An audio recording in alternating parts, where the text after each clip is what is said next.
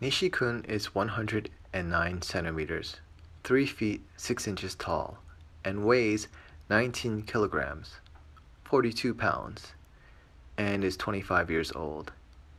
He had Rhabdomyosarcoma and has Mucopolysaccharidosis.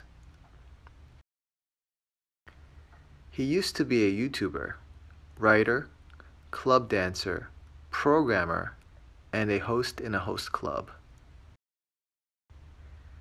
He is currently a porno director, porno actor, and runs a community called Nishikun Club. His works are related to IT, the adult sex industry, and a celebrity on TV and magazines. He was born in Tokyo, Japan. He was bigger than other babies, but something happened to him when he was 3 years old. He couldn't move the left side of his body, neither the left side of his face. He was brought to a hospital by ambulance. Then he was told that he had rhabdomyosarcoma, cancer for children, in his brain. He didn't realize right away that something was wrong with him. Of course not. He was only 3 years old. The cancer was already at a complicated stage, so it was hard to remove. He went to a big and famous hospital. However, it was hard to find a doctor who could deal with his particular condition. By coincidence, a doctor who was visiting there from Tokyo University Hospital was able to give him an unplanned operation. Fortunately, the operation was a success. He would never forget how his parents were so happy, cried, and smiled when he was able to move his body again. However, after 2 years, when he was 6 years old, he realized that his height would not continue to grow. Later, he found out that he had Mucopolysaccharidosis. He understood that there was a chance he would become blind, deaf, unable to walk, wake from bed, and might only live up to 20 years old, still within the body of a child. However, he didn't care about those issues much because he thought he wouldn't live past a year. Then, after surgery, he was able to live more than 10 years, even with this new disease. Moreover, he thought, I had a miracle to cure my first disease, so maybe I can have another miracle.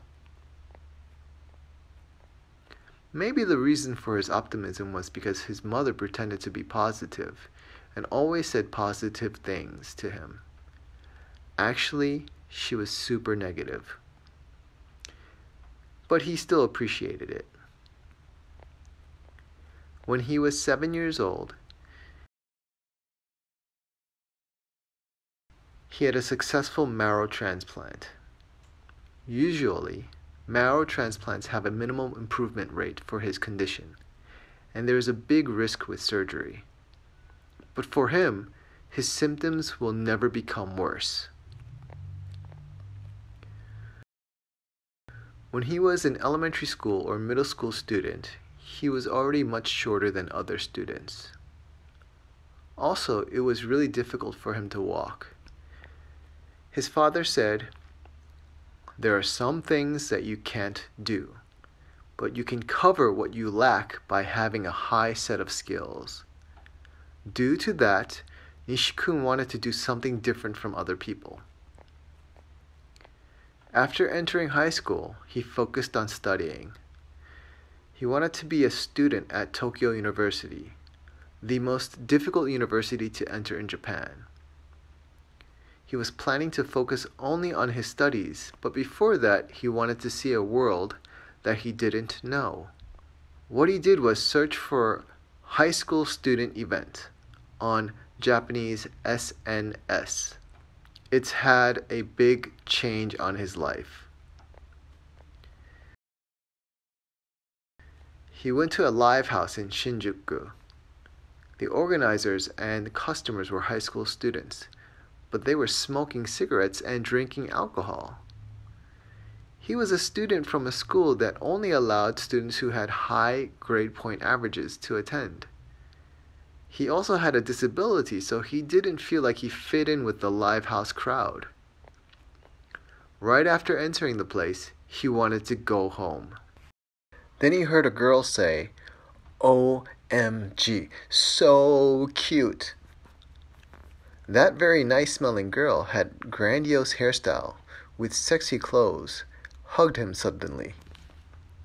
It blew his mind. He always covered his lack of charm and personality by studying, but the sexy girl said, "He's cute," and hugged him. He couldn't find anything worthy of himself. He was worried about how he could move his body in the future. So he wanted to become a physicist because he liked math and was interested in physics. But more than that, he thought even if his body didn't move functionally, he could still earn money. He started wondering if his choice was right. His life was a repetitive cycle: staying at home, going to school, and seeing doctors. He decided to take action and planned like crazy. When he was a high school student, he hung out with gals and belonged to a group that organized events. People remembered me easily because of my height, and they were interested in him. When he was a senior, his teacher said, "You're not going to die soon, right? Think more about your future." "Yeah, I'm not going to die soon by my condition, but who knows? I might die by natural disaster or by an accident. Is this the right path? To accept and bear with my condition at the present time to invest in my future life?" What the teacher said made him decide not to go work for a typical company after graduating high school. He also decided not to go to college.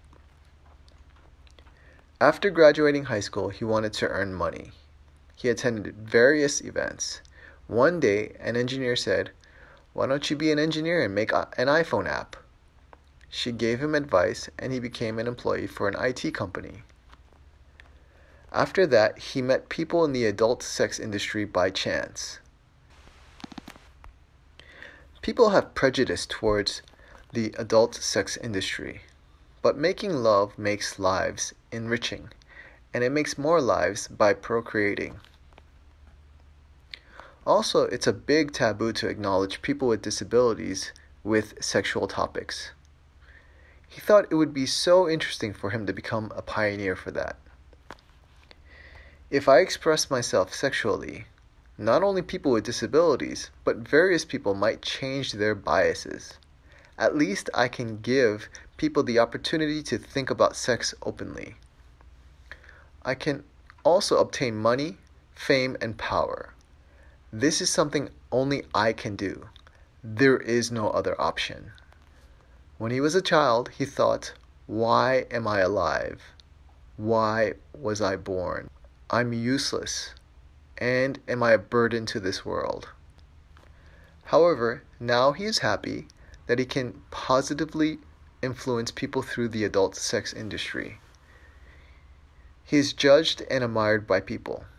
He feels life is very fun, and he is pleased to be alive.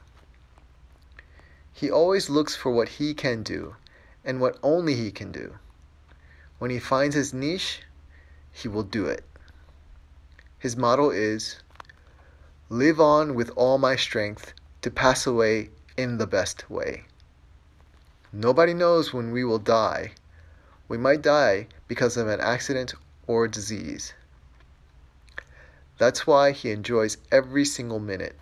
He chooses a way that he has an effect on the world.